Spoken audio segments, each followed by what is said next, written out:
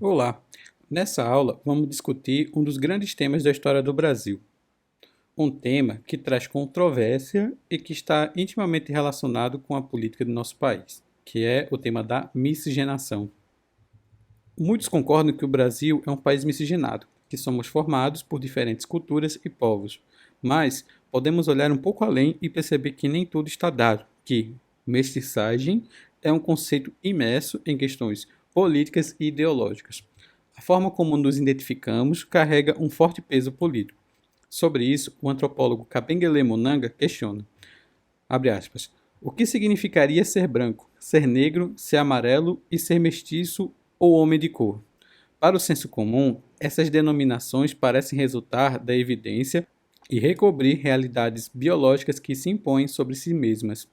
No entanto, trata-se de fato de categorias cognitivas largamente herdadas da história da colonização, apesar da nossa percepção da diferença situar-se no campo do visível. É através dessas categorias cognitivas, cujo conteúdo é mais ideológico do que biológico, que adquirimos o hábito de pensar nossas identidades sem nos darmos conta da manipulação do biológico pelo ideológico. Munanga também fala sobre o projeto de branqueamento do Estado brasileiro, empreendido entre o final do século XIX e início do século XX, com as campanhas migratórias financiadas pelo Estado, por exemplo.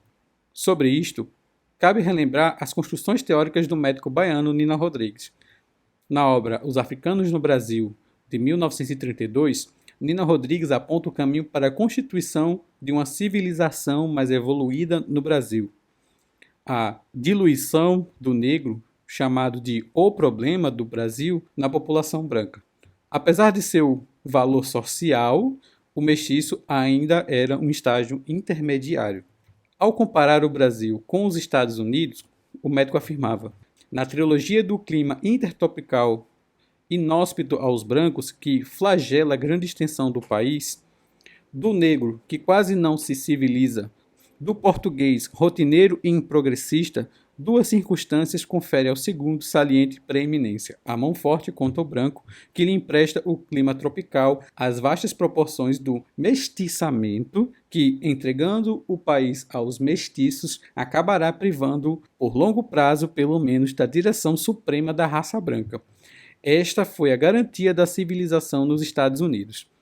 Esse era um pensamento de grande parte das elites dirigentes brasileiras da primeira metade do século XX, na construção da cidadania, ou do que se chamava da civilização brasileira, ainda por construir, daquela época. Muitos grupos estavam excluídos ou eram indesejados, mesmo que momentaneamente tolerados.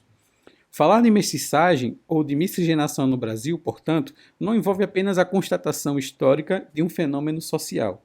Envolve também um grande apagamento histórico da população de cor preta e de origem africana e, sobretudo, das injustiças da escravidão e das desigualdades decorrentes.